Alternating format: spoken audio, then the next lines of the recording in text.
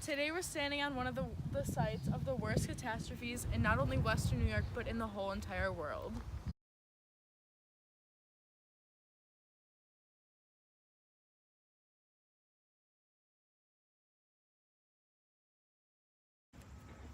In 1900, the canal was abandoned and people would use it for swimming and other recreational things.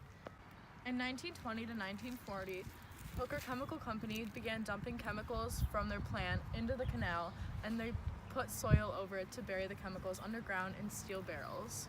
In 1976, the barrels began to rust out, sinkholes began to form, and chemicals were seeping into people's homes. In 1978, the first call for evacuation was formed. The school was closed and residents began to get angry. In 1979, dioxin was actually discovered in the soil, which is one of the most toxic man-made chemicals known to humans. Dioxins are known to cause defects in chromosomes, along with neurological and birth defects. In 1980, after the discovery of the toxic dioxins, total evacuation was suggested, but President Carter and the EPA never followed through. The Homeowners Association of Love Canal took 2 EPA officers hostage until President Carter agreed to evacuate all the citizens. In late 1980, President Carter eventually agreed to come into Love Canal.